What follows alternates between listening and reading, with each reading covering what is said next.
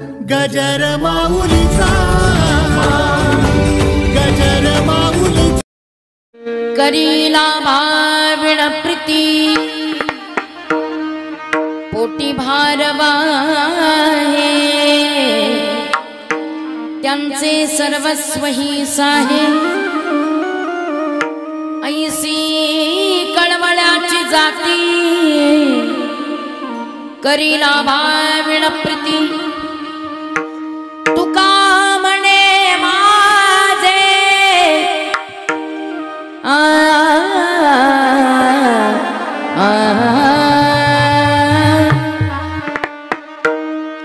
तुका म्हणे माझे तुम्हा संका बरियोजे ऐसी कळवळ्याची जाती करीला भाविन प्रीती विठ्ठला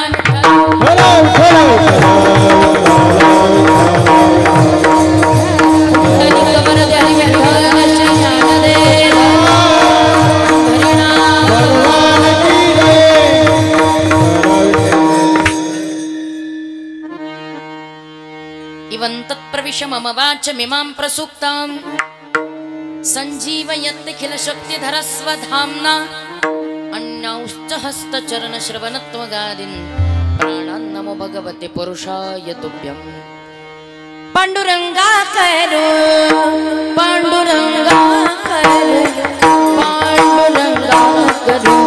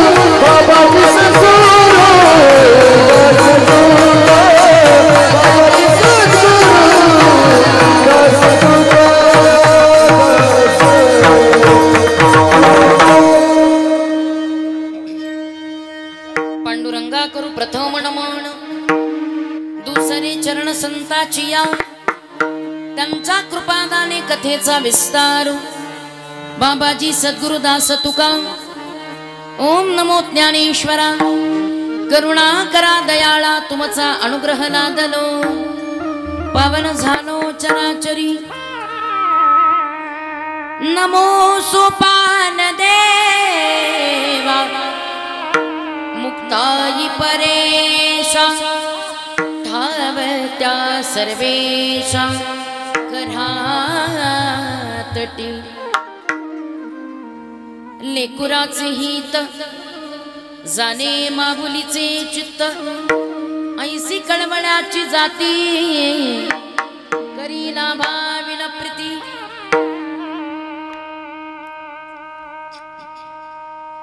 श्रीराम. प्राप्त प्रसंगी आजूच्या कीर्तन रूपी सेवेकरिता घेतलेला अभंग वारकरी संप्रदायाचे ज्येष्ठ अध्वर्यू. बोलताना जाता आवाज एकदम नॉर्मल स्पष्ट यायला पाहिजे, कडक. प्राप्त प्रसंगी सेवेकरता घेतलेला अभंग वारकरी संप्रदायाचे ज्येष्ठ अध्वर्यू भागवत संप्रदायाचे आद्य कळस, ज्यांनी केला नाही कधी भजनाचा आळस. जिजाई रमण पंचमवेद येच्छे यावत भूतलावरती अवतरलेल्या जडजीवांचा उद्धार करण्याकरिता आपला देह चंदनाप्रमाणे अखंड अविरत झिजविणारे संत सज्जन देहनिवासी जगद्गुरु जगदवंदनीय श्रीमंत श्री तुकोबाराय महाराज यांचा चार चरणाचा आपण सर्वांच्या परिचयाचा अतिशय गोड. या समाजातल्या दोन भूमिका आहेत. पहिली भूमिका आहे संत आणि दुसरी भूमिका आहे आई. आणि या दोन भूमिकांचं तुकोबाराय साम्य दाखवतायत त्याच्या अभंगामध्ये.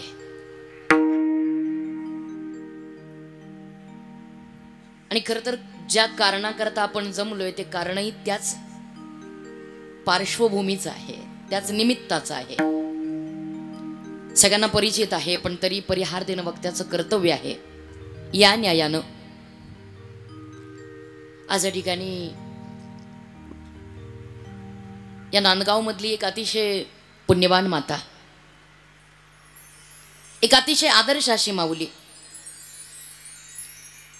खरं तर जिच्या नावातच तुलसी आहे, जिच्या नावातच वृंदेचं महात्म्य दडलेलं आहे. कारण घराचं मांगल्य असते तुळस,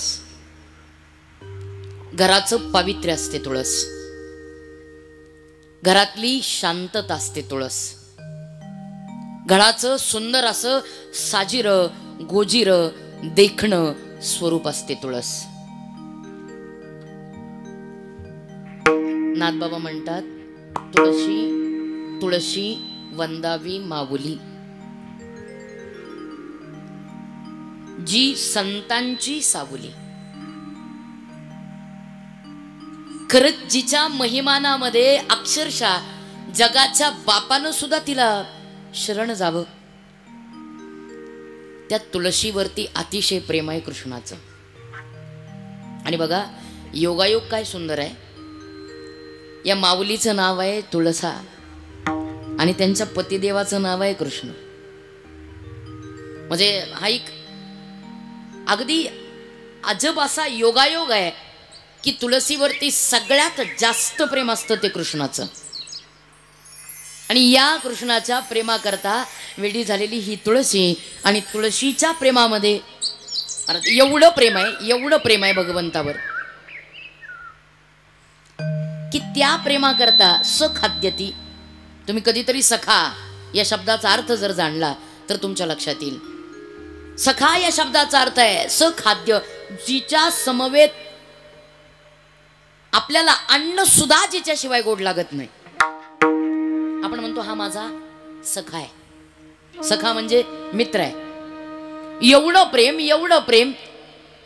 प्रेम कृष्णाचं तुलसीवर, जगाच्या पाठीवर एवढं प्रेम कधीच कुणी करत नाही. अहो आपण देवावर प्रेम करू याच्यात आश्चर्य काय. कृष्ण परमात्म्याची खरी सखी आहे तुळस. या बाळकृष्णाची खरी सखी आहे तुळस. एवढं प्रेम करावं की तिच्याशिवाय तो जेवतच नाही. ज्याही वेळेला भगवंत आपल्याला नैवेद्य द्यायचा आहे, भगवंताच्या पुढे आपल्याला नैवेद्य ठेवायचा आहे, त्यावेळेला नैवेद्याच्या ताटावर आता तुम्ही त्यातले असाल आणि तुम्हाला अध्यात्म कळत असेल, पहिली गोष्ट आपल्या घरात देवाला नैवेद्य दाखवतात का, इथून चालू आहे. ज्याच्या कृपेनं खातोय त्याला नैवेद्य द्यायला विसरू नका. पहिली गोष्ट नैवेद्य दाखवतो का, आणि दुसरी गोष्ट जर तुमच्या घरात नैवेद्य दाखवला जात असेल तर तो नैवेद्य तेव्हाच भगवंताला प्राप्त होतो ज्यावेळेला त्या नैवेद्यावर तुळशीपत्र असेल. एवढं प्रेम भगवंतावर तुळशीवर करावं की जोपर्यंत त्याच्या नैवेद्यावर तुळशी पत्र ठेवलं जात नाही तोपर्यंत तो नैवेद्य भगवंताला ग्राह्य होत नाही. एवढं प्रेम ज्यांनी तुळशीवर करावं, एवढं प्रेम दिलं की आज 1 वर्षापूर्वी ही माऊली या जगातून निघून गेली. त्यांच्या त्या चेहऱ्याकडे पाहिलं ना, आपोआप ते भाव प्रकट होतात की शांतता, संयम, प्रेम. आयुष्यामध्ये या सगळ्याला संसार करताना किती जपायचं असतंय, संसार सुखी करताना या सगळ्याला किती महत्व द्यायचं असतंय, हे या तुळशी माऊलीने शिकवलं. आणि या माऊलीचं सगळ्यात मोठं कार्य जर कोणतं असेल तर या माऊलीनं संसार तर उत्तमच केला, पण हा संसार उत्तम करताना त्यांचे पतिदेव श्री बाळकृष्ण काका निकम खर तर या गावातली एक वारकरी विभूती, या गावातलं एक वैष्णव रत्न. आणि या वैष्णव रत्नानं गावामध्ये सामाजिकतेमध्ये आध्यात्मिकतेमध्ये एवढं मोठं काम केलं की एकेकाळी मग आळंदीला जाणारी दिंडी असू देत, आजोबा वडील, अच्छा महाराजांचे वडील म्हणजे या आईचे चिरंजीव श्री भाऊसाहेब दादा, दत्तात्रय दादा बाळकृष्ण निकम. आज खरं तर या माऊलीच्या चिरंजीवाने एवढं मोठं काम आध्यात्मिकतेच्या दृष्टीतून या गावामध्ये केलं. आळंदीला जाणारी दिंडी असेल, पंढरपूरला जाणारी दिंडी असेल, त्र्यंबकेश्वरला जाणारी दिंडी असेल, जेजुरीला जाणारी दिंडी असेल, त्या दिंडीमध्ये सगळ्यात मोठा वाटा, मोठं कार्य. आणि ही अध्यात्माची अविश्रांत परंपरा आज या कुटुंबानं जपली. त्या कुटुंबामध्ये या माऊलीचे असणारे चिरंजीव श्री भाऊसाहेब दादा, त्या ठिकाणी या माऊलीच्या कन्या शकुंतलता दिदी, इंदुबाई घोटेकर आणि या माऊलीचे नातू, ज्यांनी या नांदगावचं, फक्त या निकम घराण्याचं नाही तर या नांदगावचं नाव या अवघ्या निफाड तालुक्यात, नाशिक जिल्ह्यात आणि महाराष्ट्रामध्ये नेऊन पोचवलं कीर्तन क्षेत्राच्या माध्यमातून. ते या माऊलीचे नातू म्हणजे आदरणीय श्री हरिभक्तीपरायण निलेशजी महाराज निकम.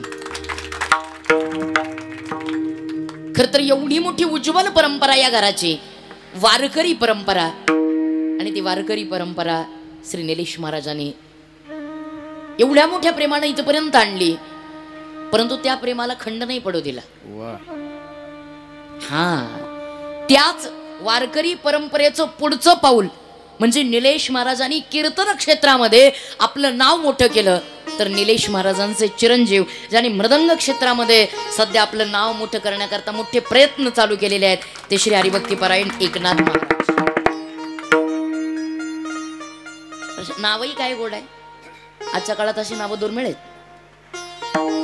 पण या दुर्मिळतेमध्ये एवढं सुंदर वारकरी संप्रदायातली एक एक रत्न या घरामध्ये घडतायत.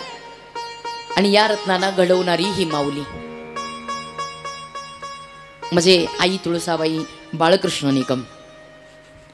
आज या माऊलीचे खरंच त्यांचे पतिदेव असतील, त्यांचे चिरंजीव असतील, त्यांचे नातू असतील, त्यांचे पंतू असतील, महाराज एका वेळेला या माऊलीनं 4-4 पिढ्या अध्यात्मामध्ये पाहिल्या.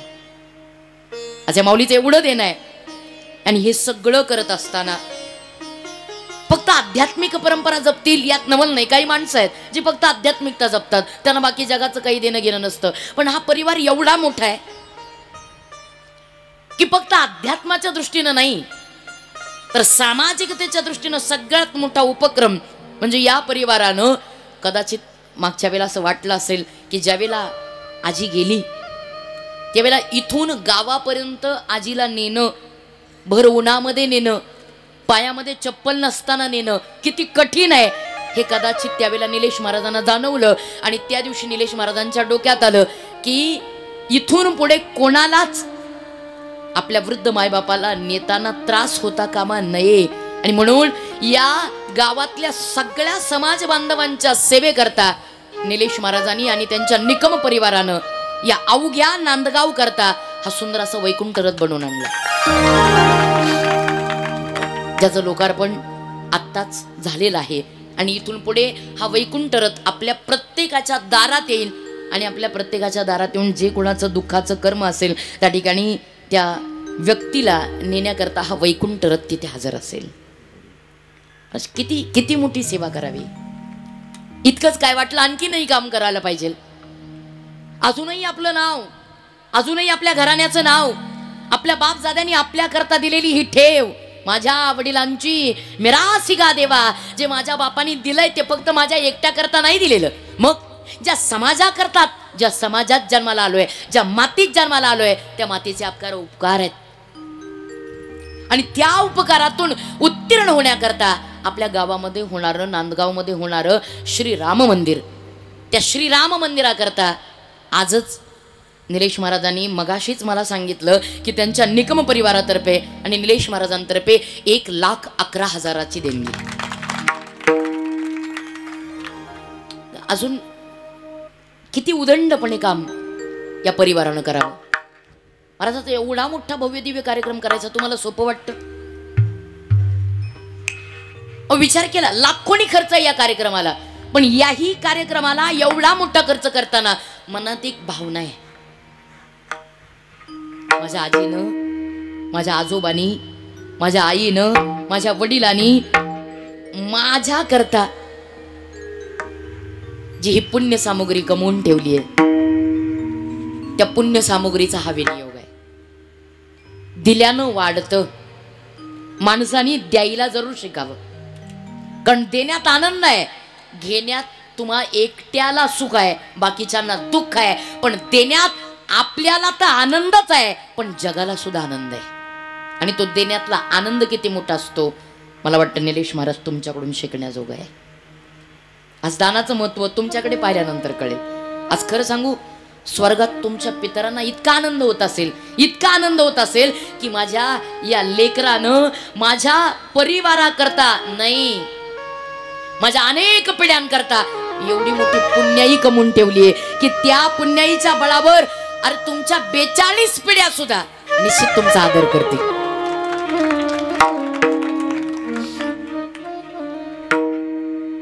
खरंच किती धन्यवाद.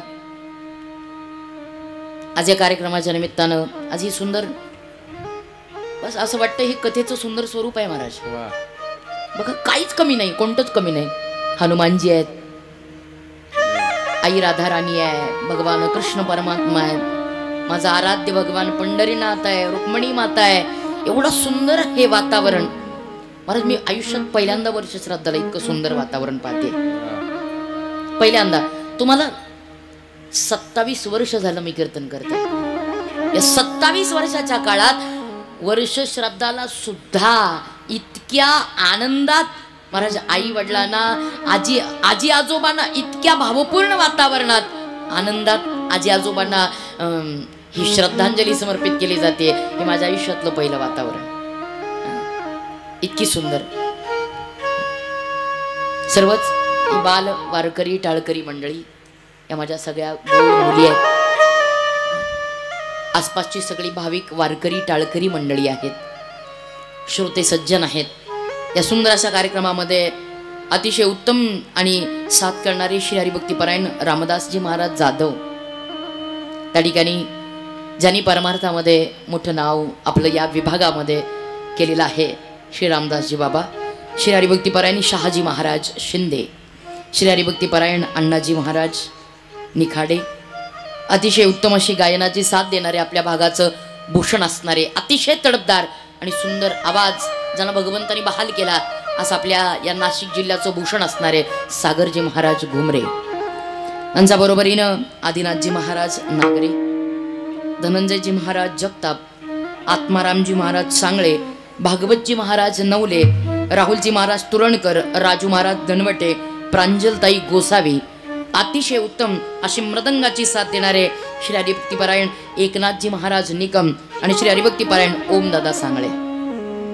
सुंदर साऊंड सिस्टीम विणेकरी बाबा, सुंदर यूट्यूबच्या माध्यमातून आम्हाला सगळ्यांपर्यंत पोचवणारं चॅनलचं माध्यम, सर्व माझ्या माय भगिनी, सर्व पुरुष मंडळी, भाविक श्रोते सज्जन, अतिशय गोड अशी अगदी मनाला भावपूर्ण वाटणारी सिंथची साथ महाराज आपण देत आहे. अतिशय गोड सुंदर वाटतंय. सचिन महाराज, सचिनजी महाराज यांचं आगमन, अशी सगळी वारकरी संप्रदायातली निष्ठावान मंडळी या ठिकाणी उपस्थित आहेत. आणि खरंच निलेश महाराजांनी आजवर अवघ्या वारकऱ्यांवरती केलेलं प्रेम आज त्यांना पाहायला मिळतंय. महाराज अभंग तुकोबारायांचा आहे. आज या माऊलीला भावपूर्ण श्रद्धांजली समर्पित करण्याकरता आपण इथे जमलोय. आई काय असते माहितीये बघा, माझ्या लहानपणीचा काळ इतका सुंदर होता महाराज. आम्ही पुण्यात जन्माला आलो, आम्ही पुण्यात वाढलो. आमच्या पुढे एक इयत्ता चौथीपासून आमच्या पुढे एक आदर्श होता. आदर्श कोणता होता माहितीये? तुम्ही चौथीला गेलात की तुम्हाला वाचन सुस्पष्ट, परखड, स्वच्छ येतं. आमच्या पुढे एक आदर्श असायचा, आता तुम्ही चौथीला गेलात ना, मग तुम्हाला एक पुस्तक आवर्जून वाचायला पाहिजे. आणि ते पुस्तक असायचं श्यामची आई. बघा, ज्यांनी कोणी वाचलं असेल त्यांना माहिती असेल आई किती गोड असते, आई किती संस्कारक्षम असते. आईजवळ माया तर आहे, आईजवळ ममता आहे, आईजवळ प्रेम आहे, पण संस्काराची जननी आई असते. अवघ्या संस्काराचं जे नातं आहे, संस्काराची जी नाळ आहे, ती नाळ आईजवळ जोडलेली असते. आणि मग आम्हाला सांगितलं जायचं, तुम्ही चौथीला गेलात, तुम्हाला श्यामची आई वाचावी लागेल. आणि मग आम्ही ती श्यामची आई वाचायला सुरुवात करायचो. ओथंबलेलं ते काव्यात्मक पुस्तक, गोष्टीरूप पुस्तक आमच्या पुढे यायचं. पहिली रात्र, दुसरी रात्र, तिसरी रात्र, असं एक एक एक एक रात्र वाचायला गेलं, आपोआप डोळे पाण्याने गच्च भरायचे. का? त्या आईनं नेहमी सांगायचं, श्याम, महाराज साने गुरुजी म्हणायचे, माझी आई मला नेहमी सांगायची, श्याम, जी परिस्थिती आहे ना, माझ्या आईनं मला शिकवलं, कोंड्याचा मांडा करून कसा खायचा. माझ्या आईनं शिकवलं, कठीण परिस्थिती असू दे, त्या कठीण परिस्थितीमध्ये सुद्धा आनंदाने जगता येतं. काही कमी पडू देत नाही भगवंत. फक्त आपल्यामध्ये असेल तर कमी आपल्यामध्ये आहे, त्या परिस्थितीमध्ये आनंद मानायचा, समाधान मानायचं, हे आपल्या हातात आहे. आणि खरंच आवर्जून मला एक वाटतं नेहमी, आजही तुम्हाला तुमच्या मुलांवरती संस्कार करायचेत ना, आजही तुम्ही त्यांना श्यामची आई, नाही तसं जमलं ना, सध्या यूट्यूबला अगदी तुम्हाला ऐकण्याकरता भाग आहेत. रोज मुलाला एक रात्र लावून द्या, आयुष्याचं सार्थक आहे. आई किती सुंदर असते. आईनं मुलावर कोणत्या पद्धतीने संस्कार करायचे असतात हे आई शिकवते. साने गुरुजी म्हणतात, वटपौर्णिमा होती. वटपौर्णिमेचा दिवस प्रत्येक स्त्रीच्या आयुष्यात अतिशय महत्वाचा. बर, परिस्थिती अशी होती महाराज, खायला अन्न नव्हतं. सगळं वतन होतं, मोठी पदवी होती, मोठा वाडा होता, पैसे होते, भरपूर ऐश्वर्य होतं, धन होतं, संपत्ती होती, पण प्रारब्ध सगळं गेलं. काही उरलं नाही जवळ, खायला अन्न नाही, अशी परिस्थिती. आणि त्या परिस्थितीमध्ये वटपौर्णिमा, आणि ती घरामध्ये अन्नाचा कण नाही, ती साने गुरुजींची आई निघाली. तिला वटाला प्रदक्षिणा करायचे, पण पोटात अन्नच नाही ना. गेली वडाला प्रदक्षिणा करण्याकरता उभा राहिली. एक प्रदक्षिणा केली, दुसरी प्रदक्षिणा केली, तिसरी प्रदक्षिणा केली, आणि आपोआप बोवण झाली.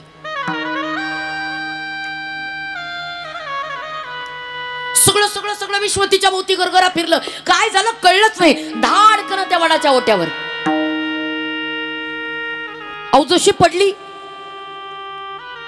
पडल्याबरोबर तो श्याम पुरुषोत्तम दोघही भावंड पळत पळत आली. आई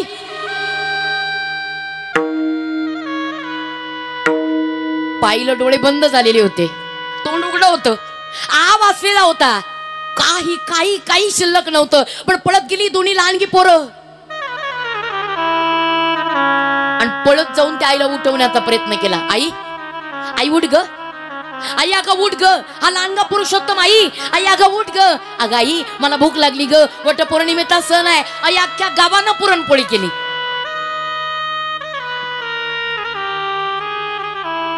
मी सांगितलं ती प्रेमाची मायेची नाळ आहे. पळत गेली पोरं, पाणी आणलं कुठून तरी त्या आईच्या तोंडामध्ये घातलं, त्या आईला उठवलं आणि त्या आईला उठवून कुशीत घेतलं या श्यामनं, प्रेमाने जवळ घेतलं या श्यामनं. आई आई आई आता तरी उठ गाई. ज्यावेळेला हळवारपणे किलकिल्या नजरेनं डोळे उघडे केले. दादा याचे भोंगे चालू आहेत का? कारण मला ना इथे जो इफेक्ट यायला पाहिजे ना तोच येत नाही. कारण कदाचित तो आवाज जर का भोंग्यांना गेला ना तर इथला इफेक्ट कमी होतोय असं मला वाटतंय. पण एवढे जवळ आहेत मॉनिटर माझ्या, तरी मला पाहिजे असा इफेक्टच येत नाही. म्हणजे आवाज नॉर्मल पाहिजे, त्याच्यात इको बिको फार काही नकोय. फक्त तो आवाज अगदी वेदणारा पाहिजे, कडक पाहिजे, नको इको नकोय. हा जो आवाज आहे ना त्या आवाजाची ताकद प्रचंड पाहिजे, हा वेदणारा. बघा आणखीन तुम्हाला कसं व्यवस्थित, म्हणजे मॉनिटरला मला जी क्लॅरिटी यायला पाहिजे ना ती येतच नाहीये. ज्यावेळेला त्या आईनं किलकिल्या नजरेनं पाहिलं आणि किलकिल्या नजरेनं पाहिल्यानंतर त्या आईच्या लक्षात आलं माझी दोनही लेकरं माझ्या पुढे उभा आहेत. बस एवढ्या प्रेमानं दोघांना जवळ घेतलं, सावरलं माझा श्याम माझा पुरुषोत्तम, दोघांना प्रेमाने जवळ घेतलं. सांगितलं आई इथून पुढे तू नाही वडाला प्रदक्षिणा करायच्या, तुला त्रास होतो मला माहिती आहे. आई तुझं शरीर थकलंय कामाने मला माहिती आहे. आई इथून पुढे तू नाही, तुझ्या प्रदक्षिणा मी पूर्ण करी. मला माहिती आहे तुझं पुण्य तुझ्या जवळ आहे, पण आई मी तुझा लेक आहे ना, तुझ्या पोटातून माझा जन्म झालाय ना, मग जे तू करते तुझ्या पोटातला माझा जन्म आहे, मग तुझं पुण्य मला मिळतंय, मग माझं पुण्य तुला का नाही मिळणार? महाराज स्वतःच्या आई करता त्या वडाला त्यांनी प्रदक्षिणा करण्याचं कबूल केलं आणि त्या आई करता तिला तोच पती मिळावा म्हणून त्या 108 प्रदक्षिणा स्वतः यांनी पूर्ण केल्या. का स्वतःच्या आई करता किती प्रेम करावं, स्वतःच्या आईला किती जपावं, स्वतःच्या आईवर आई आपल्यावर ममता करते माया करते जगाचा नियम आहे. पण मुलांनी आईवर प्रेम करावं हे कशा पद्धतीनं करावं हे पाहायचं असेल तर श्यामची आई अनुभव दाखवून दिला या लेकरानं. आईवर किती प्रेम करायचं, जाणार तर राहायचं हो, राहायला कोण आलं? आयुष्यात एक नातं आहे की एक दिवस या नात्याचा शेवट आहे. पण हा शेवट होताना मला नेहमी वाटतं ज्याची आई गेली त्याच्या सुखाचा समुद्र आटला. जीवनातलं प्रेम त्या व्यक्ती करता संपलं ज्या मुलाची अथवा मुलीची आई मरण पावली. अशी कोणतीच गोष्ट नाही जगात जी पैशाने मिळू शकत नाही, सगळं मिळतं. जन्मदात्री आई जाऊ देत, अहो किती पैसे तुम्ही मोजा, नाही परत नाही मिळू शकत, परत नाही तिचं प्रेम अनुभवता येत. जोपर्यंत ती आहे तोपर्यंत तिचं प्रेम. आणि काय करते कशा पद्धतीनं ती आपल्याशी व्यवहार करते तुम्हाला सगळ्यांना पाठ आहे. अनुपम्य असं असणार तिचं प्रेम. अहो समुद्रा इतकं व्यापक, समुद्रा इतका थांग आणि अवकाशा इतकं व्यापक प्रेम आयुष्यात तिनं आपल्यावरती करावं त्या पात्राचं नाव आई आहे. आणि मग आम्हाला आठवतं आमच्या करता 9 महिने 9 दिवस पोटामध्ये हा एवढा मोठा पसारा वागवणारी माऊली, आमच्यावरती अनंत उपकार जन्म देऊन आम्हाला निभवणारी माऊली कशा पद्धतीने तिची आहे हो. आणि मग लक्षात येतं आई परत तिच्या अनंत उपकाराचं वर्णन करायला गेलो तिने केलेलं प्रेम.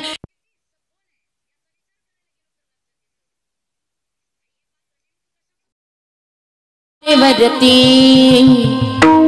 किती असतो त्यांचा आधार आई माझी मायेचा सागर दिला तिने जीवना आकार. आई वडील माझे थोर किती सांगू त्यांचे उपकार जीवनाच्या वाटेवरती किती असतो त्यांचा आधार. आई माझी मायेचा सागर दिला तिने जीवनाला आकार.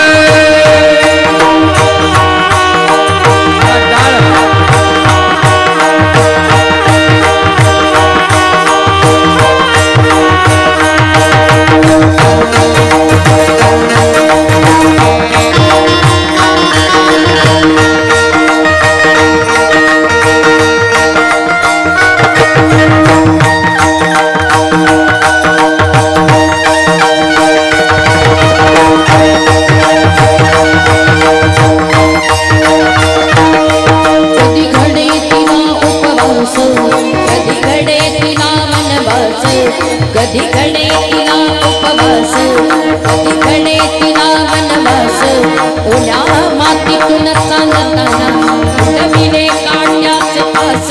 आई माझी मायेचा सागर दिला तिने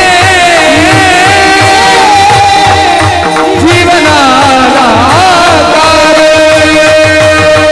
नभीची चांदणी तूगर चंद्राची कोर नभीची चांदणी तूगर चंद्राची कोर हवी तुझी शीतल छाया मला जीवन भर हवी तुझी शीतल छाया मला जीवन भर. तुझ्या शीतल छायेमध्ये उभं आयुष्य जगेन तुझ्या शीतल छायेमध्ये आयुष्य जगेन. आई देवा माशी निघ आई तुलाच मागेन. आई माझी मायेचा सागर दिला तिने जीवनाला आकार.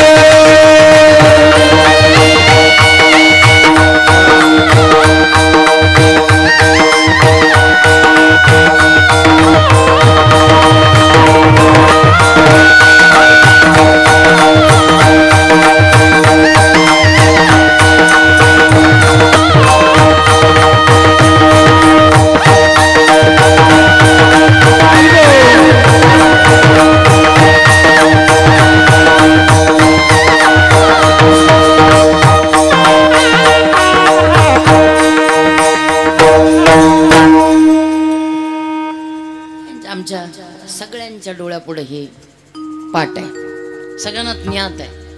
आईनं किती प्रेम करावं मुलावर. त्या प्रेमाचा विचार करायला गेलो तर मग आमच्या डोळ्यासमोर एक घटना येते. माझ्या पोटी उत्तम पिढी जन्माला यायला पाहिजे. माझ्या पोटी येणारी संतती चांगलीच असायला पाहिजे. प्रत्येक आईनं हा अट्टहास जरूर करावा.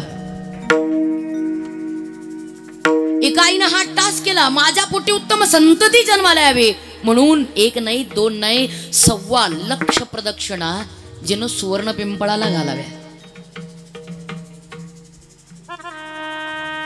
रोज न चुकता सिद्धेश्वराची पूजा न चुकता हनुमंतरायाला दिवा.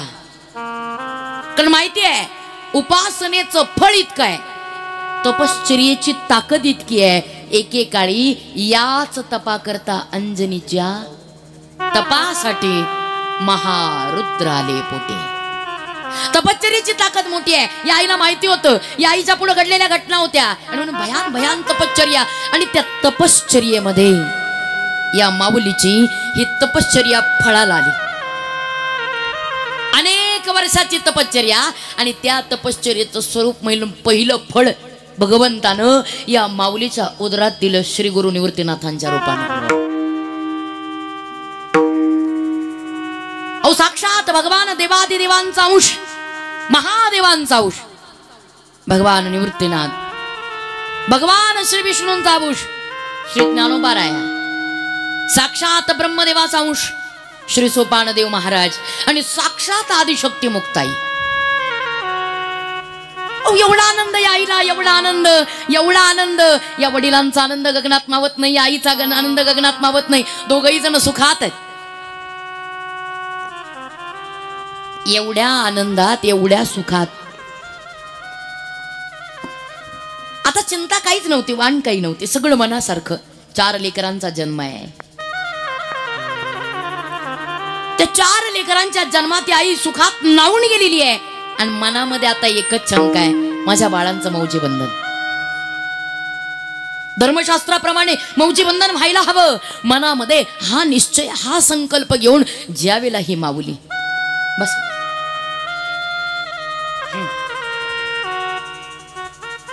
बस उन्हाळ्याचे दिवस आहेत त्याच्या मासू बस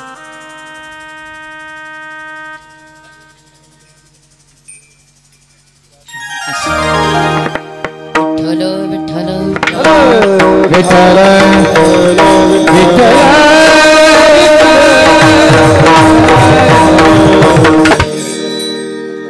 माझ्या लेकरांचं मौजी बंधन आणि पर्याय एकच.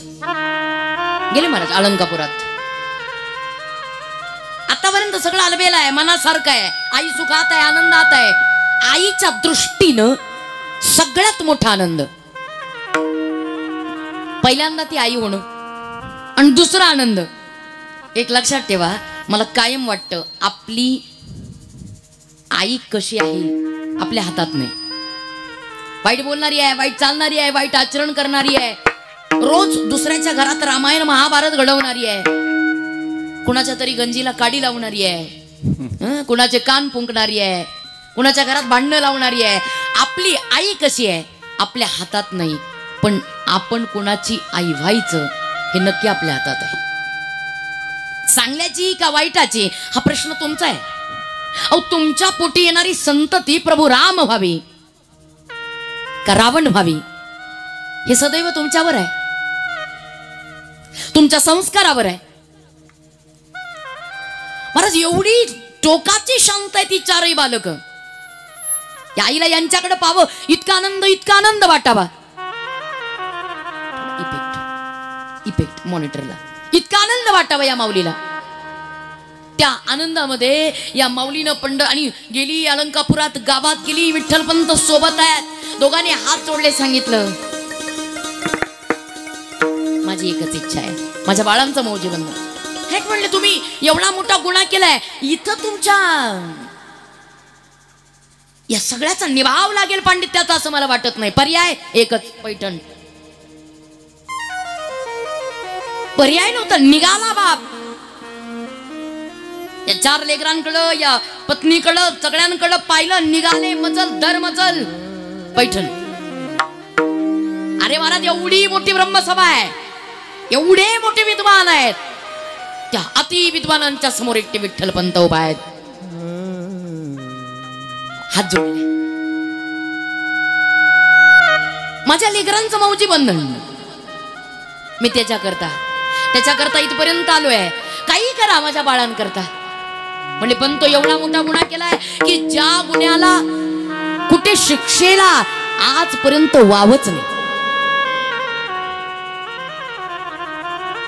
म्हणले मान्य आहे मी गुन्हा केलाय, मान्य आहे मी चुकलोय,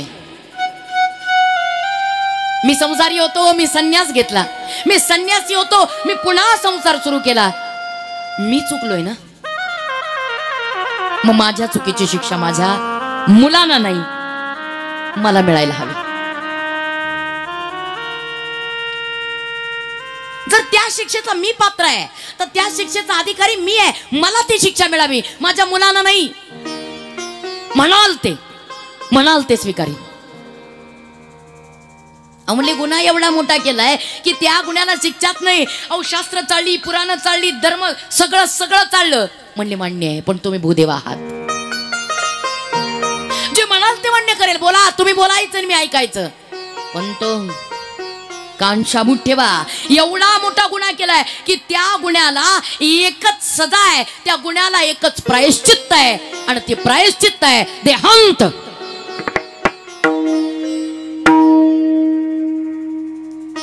ज्यावेळेला ऐकलं ना, अक्षरशः जे समोर बसलेले होते, जगात प्रत्येकाला दोन बाजू आहेत महाराज. जी एक चाहत्याची आहे आणि एक निंदकाची आहे. थोडा आवाज महाराज कमी. दोन बाजू आहेत, चाहते, निंदक. कुणी माणूस असू देत, त्याला या दोन्ही बाजूंना सामना द्यायचा आहे. आता ज्याच्याजवळ काहीतरी विशेष आहे, निंदक त्यालाच आहे. पेताळाला कोणी निंदकच नसतात. त्याच्याकडे घेण्याजोगं काय आहे? त्याला नावं ठेवण्याजोगं फक्त पिणं हा एक गुण वाईट आहे. नावं ठेवायला त्याच्यात काय? ज्याच्याकडे काहीतरी आहे की ज्याच्यामुळे त्याची माझी तुलना आहे, नावं तिथंच ठेवली जातात, निंदा तिथंच आहे. आणि मला नेहमी वाटतं तुम्ही साधं पाणी पित असाल, तुमच्या निंदकाला बिसलेरी पाजा, पण त्याला तुमच्या जवळ ठेवा, कारण तो आहे म्हणून तुमची निंदा. अहो तुम्ही साधं अन्न घेत असाल, तुमच्या निंदकाला अगदी 5 स्टार मध्ये खाऊ घाला, पण त्याला तुमच्या जवळ ठेवा, कारण तो आहे म्हणून आपली प्रगती आहे. कारण दोष सांगणं, दोष चांगले सांगतच नाही, दोष हे नेहमी वाईट सांगतात. आपल्यातली कमी हे नेहमी वाईट सांगतात, जे आपल्या विरोधात आहेत ते सांगतात. दोन्ही बाजू आहेत समाजामध्ये, चाहते, निंदक. लौकिकाच्या नाण्याची निंदा ही दुसरी बाजू आहे. म्हणजे पंत या प्रायश्चित्त एकच देहांत. ऐकल्याबरोबर ज्या दोन बाजू होत्या, जे चाहते होते, मला त्या चाहत्यांच्या डोळ्यात पाणी आलं. एवढ्या छोट्या निर्णयाला एवढी मोठी सजा, एवढं मोठं प्रायश्चित्त. जे चाहते होते त्यांच्या डोळ्यात पाणी होतं, पण जे निंदक होते ना, त्यांनी टाळी वाजवली, म्हणले निर्णय बरोबर आहे. असंच हेच व्हायला हवं.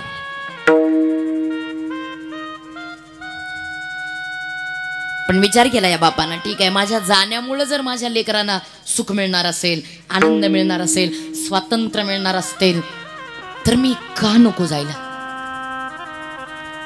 हे बाप करी जोडी लेकराचे ओडी, बाप करी जोडी लेकराचे ओडी, बाप करी जोडी लेकराचे ओडी, बाप करी जोडी लेकराचे ओडी.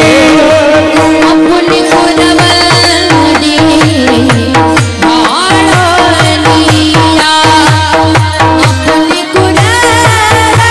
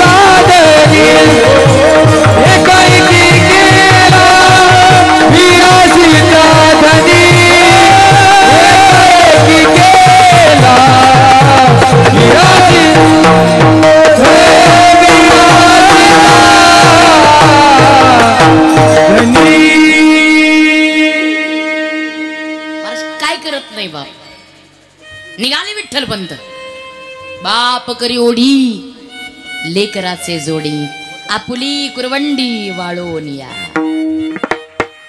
निघाले विठ्ठल पंत लेकरांकरता निघाले. मजल दर मजल मजल दर मजल महाराज मध्यरात्रीच्या वेळेला भयान मध्यरात्रीच्या वेळेला विठ्ठल पंतांचा प्रवास थांबला अलंकापुरात. मनातल्या मनात विचार केला जर अचानक गेलो कुणाला कळणार नाही, कुणाला मान्य होणार नाही. जुळजुळ वाहणार इंद्रायणी माता पार केली. शांत असणारे अलंकापूर. अहो कुत्र्याच्या भुंकण्याचा आवाज नाही, लावून अगदी लांबून एखादी कोल्ह्या कुत्र्याची आणि असणारी ती कोल्हे कोई लांबून ऐकू येते. सगळं निस्तब्ध असणारी अलंकापुरी, शांत वाहणारी इंद्रायणी आणि त्या निस्तब्ध वातावरणामध्ये त्या सिद्ध बेटाकडे विठ्ठल पंतांची पावलं. भयान लेकरांच्या मुंजी होतील, त्यांच्या मनासारखं जगणं होईल, त्यांना अलंकापुरात प्रत्येक जाता येईल, हे बहिष्कृत जगणं संपेल, सगळं मनासारखं होईल. पण काय रखुमाई हे सगळं पाहण्याकरता या जगात आम्ही नसू. ज्या वेळेला हा शब्द विठ्ठल पंतांचा ऐकला एका क्षणात अक्षरशः चर्र झालं रुक्मिणी मातेच्या. स्वामी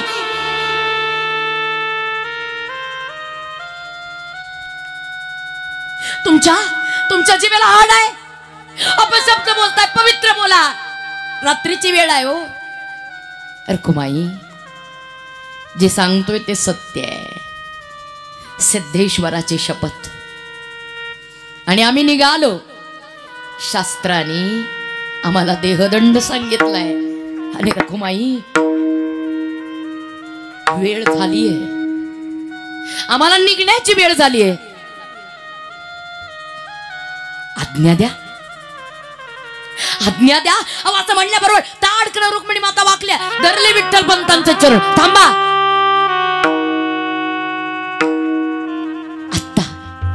आता माझं अंतःकरण मला सांगते स्वामी, माझं अंतःकरण मला सांगते ज्या वाटेनं तुम्ही चाललात ना, पत्नी धर्म आहे. जिथं पती असेल तिथं पत्नीला यावं लागतं. आणि माझा धर्म मला सांगतोय रुक्मिणी, ज्या वाटेनं तुझा विठ्ठल चाललाय त्या वाटेनं तुला जावंच लागेल.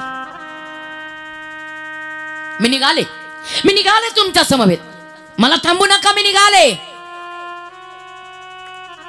रखुमाई खरं सांगू, एक वेळ लेकरांच्या आयुष्यात जन्माला आल्यानंतर बाप नसला ना, दूर जरी गेला असला तरी लेकरांचं निभावतो का?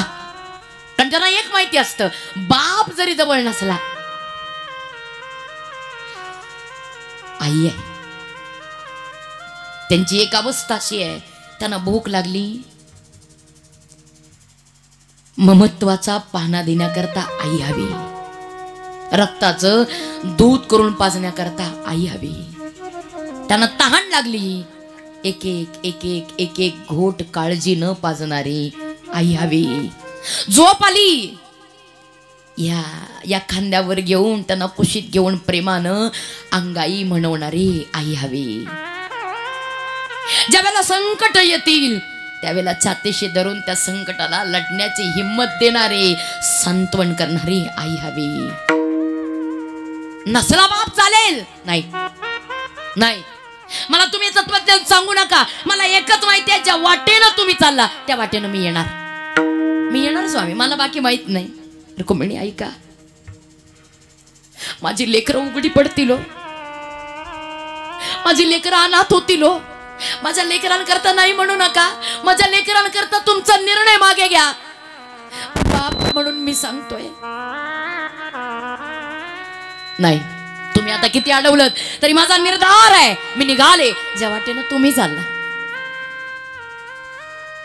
हो नाही, हो नाही, हो नाही मला करता करता अखेर निर्णय झाला. आणि जसं विठ्ठल पंतांना होकार द्यावा लागला रुक्मिणी मातेला, निघाल्याबरोबर सांगितलं, महाराज आयुष्यात बायको म्हणून मी कधी काही तुम्हाला मागितलंच नाही,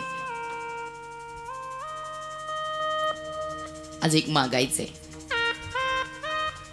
एकदा, फक्त एकदा, शेवटचं माझ्या 4 लेकरांना मला डोळे भरून पाहून यायचे, आई म्हणून पाहून यायचे. नाही म्हणणार नाही ना. असं म्हणल्याबरोबर विठ्ठलपंतांना भरून आलेलं हिंमत नव्हती त्यांच्यात. बस फक्त मान होकारार्थी हलवली आणि रुक्मिणी माता निर्धारानं त्या सिद्धबेटाच्या पर्णकुटीत पाऊल ठेवल्या बरोबर महिपती बुवा तारावातकर संत कवी. कधी जर त्यांची तुम्ही सगळ्या संतांची चरित्रमाला वाचली असेल तर त्यातलं ज्ञानोबाराचं चरित्र महिपती बुवा ज्यावेळेला लिहितात ना, ते महिपती बुवा म्हणतात, या सिद्धबेटातल्या पर्णकुटीत गडद अंधकार दाटलेला, एवढासा लांबन दिवा पेटलेला. म्हणतायत तेल थोडं होतं पण वात मात्र मोठी होती आणि वातीचा लख प्रकाश अवघ्या पर्णकोटीभर पसरलेला. दैदिप्यमान मुलांचे चेहरे आणि त्या दैदिप्यमान चेहऱ्यांकडे रुक्मिणी मातेनं निहाळलं. सगळ्यात सुरुवातीला रुक्मिणी मातेच्या पुढं 6 वर्षाची मुक्ताई आहे. बघा, थोडा विचार करून पहा. आपली 6 वर्षाची लेकरं, आपलं 7 वर्षाचं बाळ आपल्या डोळ्यापुढे आणा, तुमच्या लक्षात येईल. महाराज, या 6 वर्षाच्या वयात ज्या वेळेला रुक्मिणी मातेनं पाहिलं, या लहानग्या मुक्ताईच्या अंगावर परकर पोलक होतं दादा, पण त्याला एवढे जोड दिलेले, एवढी ठिगळं मारलेली की आता शिवायचा प्रश्नच नव्हता. मनात यायचं माझ्या लेकीला अंगावरती नीट परकर पोलक तरी घालावं, पण पुन्हा विचार यायचा, अरे जिथं खायला अन्न नाही तिथं परकर पोलक कुठून आणायचं. एवढं शिवलेलं एवढं शिवलेलं एवढं शिवलेलं की आता शिवायला जागाच नव्हती. हळवारपणे कशी कांत न्याळलं महाराज लहानग्या मुक्ताईला, पायाच्या नकापासून केसापर्यंत. महिपती बुवा सांगतात, मुक्ताईचे केस गुडघ्यापर्यंत लांब होते, पण अवस्था अशी होती त्याला लावायला तेलच नव्हतं.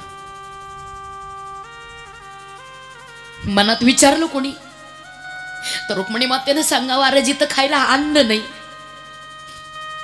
तिथून तेल कुठून लावायचं. गुडघ्यापर्यंत लांब आहेत पण त्याला लावायला तेल नसल्यामुळं भलं मोठं त्याचं टोपलं केसांवर डोक्यावर उभं आहे. मुखामध्ये अन्न नाही.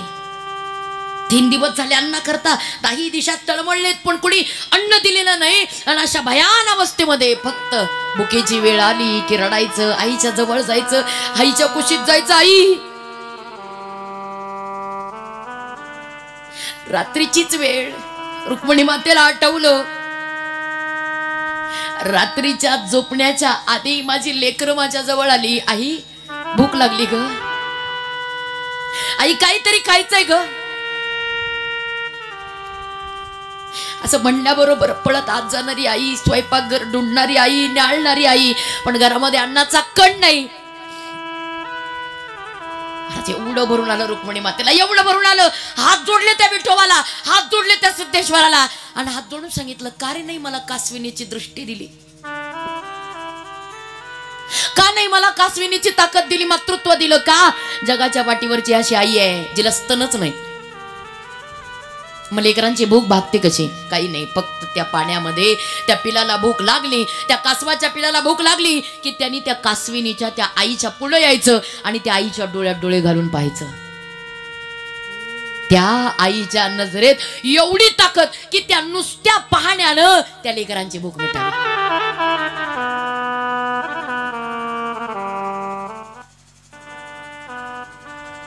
या आईच्या डोळ्यात पाणी आलं, का नाही मला कासविनीची दृष्टी दिली पांडुरंगा.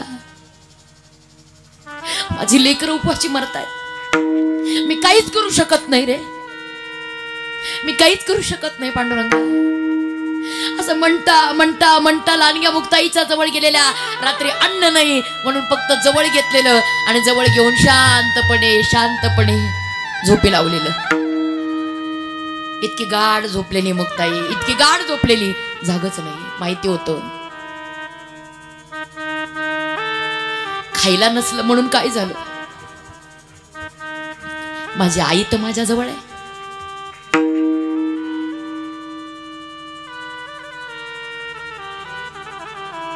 माझ्या आईचं प्रेम तर माझ्या जवळ आहे. त्या तेवढ्या एका निर्धास्ततेनं झोपलेली मुक्ताई शांतपणे गेलेत रुक्मिणी माता लहानग्या मुक्ताईच्या जवळ. डोळ्याकडे पाहिलं, तिच्या आसवांचे ओघ आलेले. अन्न नव्हतं ना मिळालं. मला जे सांगायला आज इतकं वाईट वाटतं, ज्यांनी प्रत्यक्ष अनुभवलं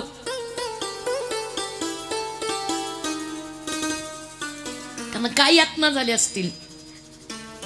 आज त्यांच्या नावाने आम्हाला पंचपक्वान्न आहेत.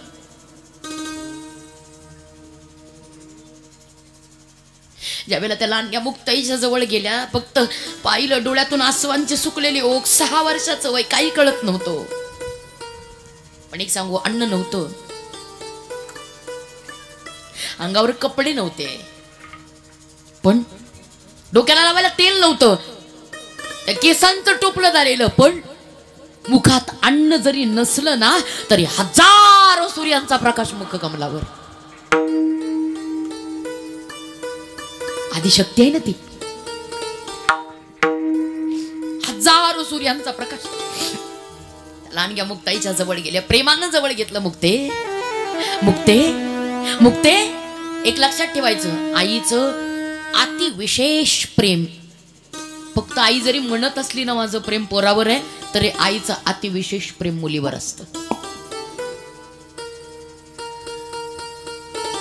मी कोणाची तरी मुलगी आहे म्हणून मला माहिती आहे, दाखवत नाही ती, पण आईचं अति विशेष प्रेम मुलीवर असतं. कारण तिला माहिती आहे, जन्म जरी मी दिला असला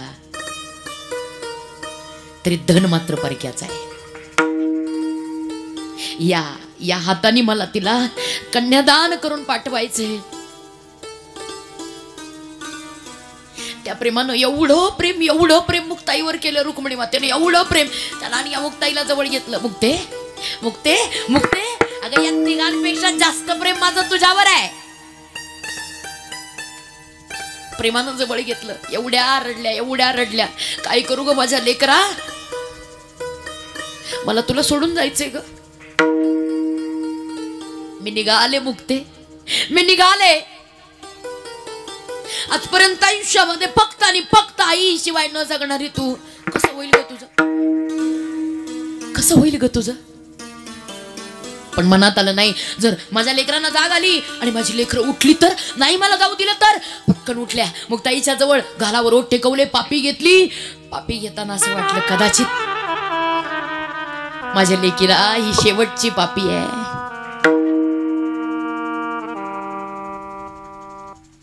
डोक्यावरून हात फिरवला. आयुष्यमान भव मुक्ते. हळवारपणे मुक्ताईला खाली झोपवलं आणि सोपान देवांच्या जवळ आल्या. दाट काळे कुरळे केस, सुंदर नासिका, भव्याग्र कपाळ, कर्दळीच्या गाभ्याचा देह, नखशिकांत सोपानाला न्याहाळलं. माझ्या मुक्तीला सांभाळशील ना रे माझ्या लेकरा. माझ्या मुक्तीची जबाबदारी तुझ्यावर देते रे. लाडक्या बहिणीला भावाने नाही सांभाळायचं, मग कोणी सांभाळायचं. नाहीये त्यांची आई, नाहीये त्यांचा बाप. सोपाना हळवारपणे सोपानाला जवळ घेतलं, गालावर ओठ टेकवला, पापी घेतली, डोक्यावर हात ठेवला, आशीर्वाद दिला. मुक्तीला सांभाळण्याकरता आयुष्यमान भव सोपाना.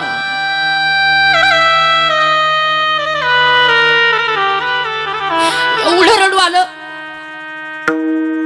हळवारपणे ते लेकरांना झोपवलं. ज्ञानोबरांच्या जवळ आल्या. परत नुसतं ज्ञानोबरायाला पाहिलं. ये हृदयीचे ते हृदयी घातले, सर्वांग न्याहार न्याहाळिले, कासवी दृष्टी अवलोकिले. काय एवढे शब्द आहेत महाराज नामदेवरायाचे. पाहिलं नका शिकांत ज्ञानोबा राहिला. अहो पाहिल्याबरोबर उभं वारं सुटलं रुक्मिणी मातेला. का लक्षात आलं, अरे कदाचित मी 4 लेकरांची आई आहे, पण ज्याच्या पुढे मातृत्वाचं गारानं मांडते त्या माझ्या ज्ञाना विश्वाची माय होणार आहे. विश्वाची माय होणार आहे.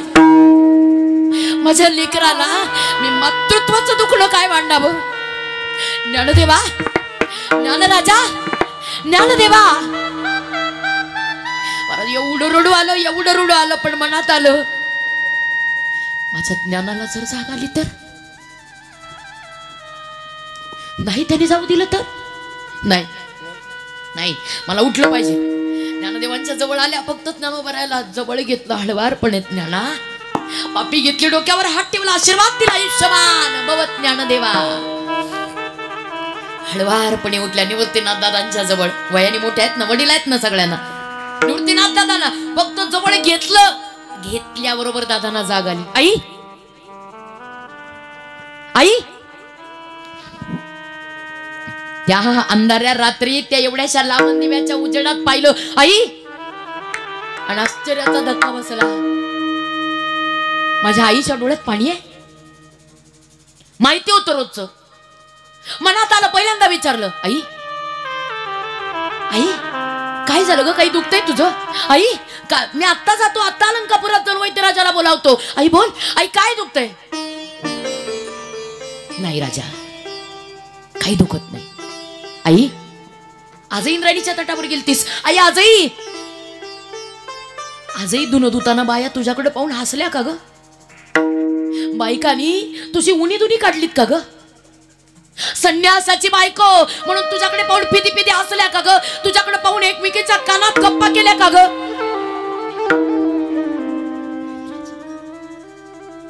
ते रोजच आहे. कोणी निंदी, कोणी मारी, कोणी बंदी, पूजा करी. मज हेही नाही तेही नाही, वेगळा दोही पासून. मी त्याच्या पलीकडे गेले. निवृत्तीराया, मला त्याचं काही वाटत नाही. माई, बाबांची आठवण येते का ग? बाबा नाही येत आपल्या जवळ.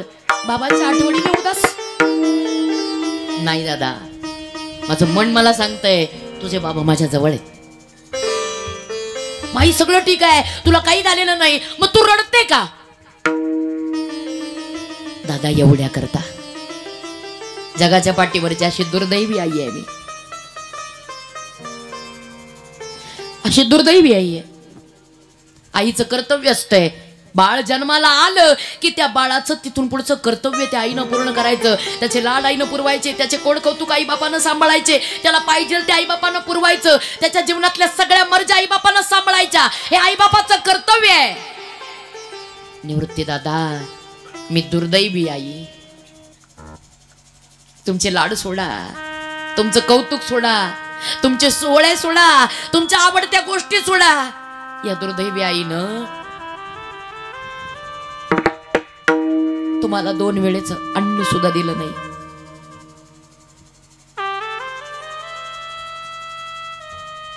ज्या दिवशी तुम्ही उपाशी राहिलात ना, त्या दिवशी मी माझ्या भगवंताला सांगत आले, माझं मातृत्व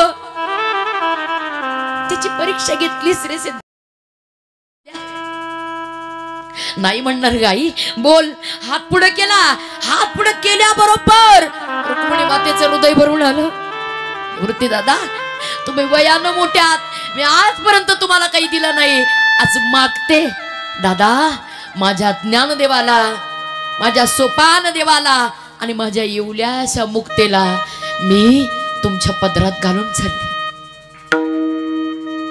त्यांची आई व्हाल, त्यांचा बाबा व्हाल, त्यांना मातृत्व द्याल, त्यांना आईचं प्रेम द्याल. असं म्हटल्याबरोबर निवृत्ती दादा म्हटले, आई या तिघांची आई मला व्हायला सांगतेस, पण मला आईच्या प्रेमाची गरज पडेल त्यावेळेला मला आई म्हणून कोण देशील? दादा, तुम्हाला कोणी पदरात घेईल एवढा मोठा पदरच कोणाचा झाला नाही. कोणाच्या पदरात तुम्हाला घालू? मी निघाले माझ्या 3 लेकरांची जबाबदारी तुमच्यावर टाकून निघाले. बाहेर पडणार काय त्यांच्या डोक्यात आलं? रुक्मिणी माता मागं फिरल्या. निवृत्ती दादा, एक सांगायचं राहिलं आई, एक सांगायचं राहिलं. माझ्या ज्ञानदेवावरती माझं विशेष प्रेम आहे, विशेष प्रेम आहे. करे कुरवाडीला ज्ञाना, माझ्या ज्ञानावरती माझं विशेष प्रेम आहे. माझ्या ज्ञानदेवाला सांभाळा, माझ्या ज्ञानदेवाला जीव लावा. निवृत्ती राया, माझ्या ज्ञानदेवाला प्रेम द्या. माझ्या ज्ञानदेवाचं मातृत्व कमी करू नका. विश्वाला मातृत्व देण्याची शक्ती त्याच्यात आहे. आम्ही निघालो, फक्त माझ्या लेकराला जपा, माझ्या लेकरांना प्रेम द्या. माझ्या लेकरांना आईची माया कधी कमी पडू देऊ नका. माझ्या लेकरांचं हित, माझं मातृत्व, हेच माझ्या लेकरांचं हित पहिल्या चरणात महाराज. लेकराचे हित, लेकराचे हित, लेकराचे हित, लेकराचे हित,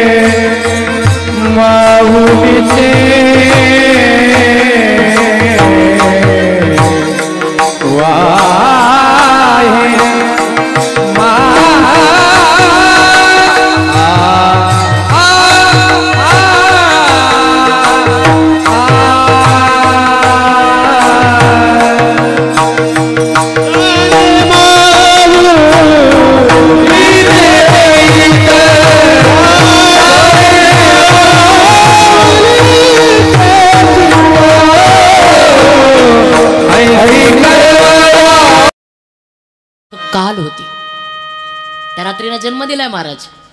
आणि एवढं घडवलं ज्ञानोबा रायाला, एवढं घडवलं, एवढं संस्कार क्षम केलं ज्ञानोबा रायाला.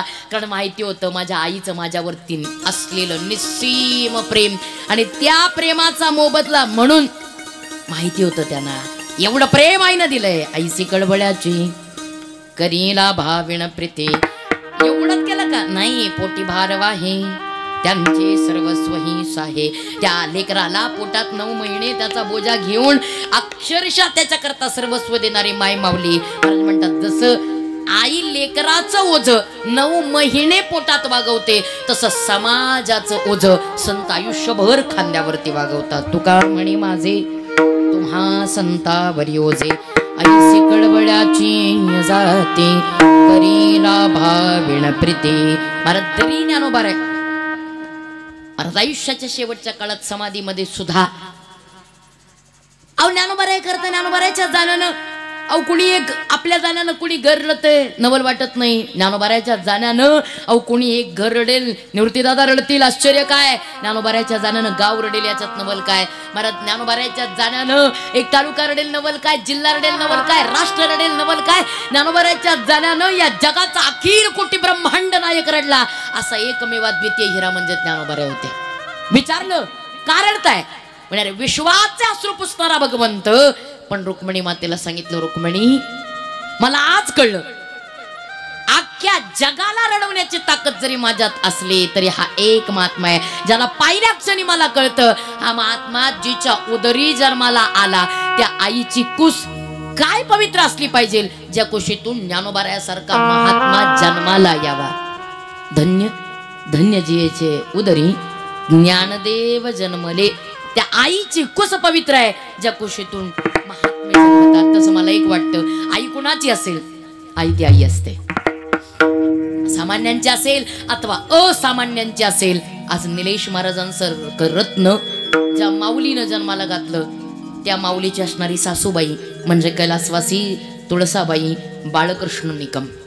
आज खरंच ही माऊली तितकीच अगदी त्या वारकरी संप्रदायाला योगदान देणारी तितकीच पुण्यवान माऊली. निलेश महाराजांना घडवणारी ही पुण्यवान माऊली, या एकनाथ महाराजांना घडवणारी ही पुण्यवान माऊली, या पूर्ण निकम परिवाराला सावरणारी पुण्यवान माऊली आज काळाच्या पडद्याआड गेली. आणि या निकम परिवाराला भलं मोठं दुःख डोंगरा एवढं दुःख पाठीमागं ठेवून या दोन लेकींच्या दोन मुलांच्या आयुष्यातलं आई नावाचं सगळ्यात मोठं प्रेमाचं माध्यम संपवून आई काळाचा निरोप घेऊन 1 वर्षापूर्वी निघून गेली. या आईच्या चिरंजीवी आत्म्याला भगवंतानं भावपूर्ण श्रद्धांजली समर्पित करावी अशी प्रार्थना भगवत चरणी करते. आणि जर काही चुकीचं असेल माझ्या बुद्धीचे दोष योग्य असेल माझ्या वडिलांचे आशीर्वाद आज या कार्यक्रमाच्या निमित्तानं माझ्या समवेत आलेले माझे पतिदेव ज्यांनी नर्मदा नावाच्या नदीच्या 2 पायी प्रदक्षिणा केल्या, हिमालयाची 4 धाम यात्रा ज्यांनी पायी केली, नर्मदेचा अपूर्वानंद या नावाने ज्यांचे सुंदर यूट्यूबवरती अनुभव कथनं आहेत, नर्मदेच्या शूलपाणीच्या जंगलात ज्यांनी मोठं आणि धर्मकार्य केलं, अन्नकार्य केलं, शैक्षणिक कार्य केलं असे माझे पतिदेव श्री अपूर्वानंदजी महाराज तेही माझ्या समवेत आलेत. मी त्यांना धन्यवाद देते. आदरणीय निलेश महाराजांनी आज या माऊलीची ही सेवा करण्याचा योग मला दिला त्याच्यामुळे निलेश महाराजांनी खूप धन्यवाद देते. कारण या भागात मला वाटतं मी पहिल्यांदाच आलेली आहे पण खूप आनंद वाटला. आणि अशा वातावरणात ही सेवा आदरणीय सागर महाराज त्यांचे सर्व सहकारी वृंद सर्व आदरणीय महाराज मंडळी या विभागातले सगळीच ज्येष्ठ मान्यवर गायनाचार्य मृदंगाचार्य कीर्तनकार सगळ्यांना धन्यवाद देते. बाल वारकरी टाळकरी सगळ्यांनी मोठी सेवा दिलेली आहे एवढ्या उन्हामध्ये. दोन्ही मृदंगाचार्य सगळ्याच तुळशीवाल्या ताई हांडेवाल्या ताई सगळी सुंदर भूमिका साकारणारे हे अतिशय सुंदर कलाकार मंडळी त्यांना घडवणारे सगळे मंडळी सुंदर साऊंड सिस्टीम विणेकरी दादा सिंथ वादक अतिशय गोड अतिशय सुंदर सौम्य साथ आनंद वाटला. या ठिकाणी शूटिंग सगळेच पुरुष वर्ग माय भगिनी सर्वांचं पुनश्च एकदा ऋण व्यक्त करते. झालेली सेवा माऊली ज्ञानराजाच्या सोपानदेवांच्या पांडुरंग परमात्म्याच्या राजाच्या चरणी समर्पित करून सेवेला पूर्णविराम देण्यापूर्वी एकदा मोठ्या प्रेमानं हाताने टाळी.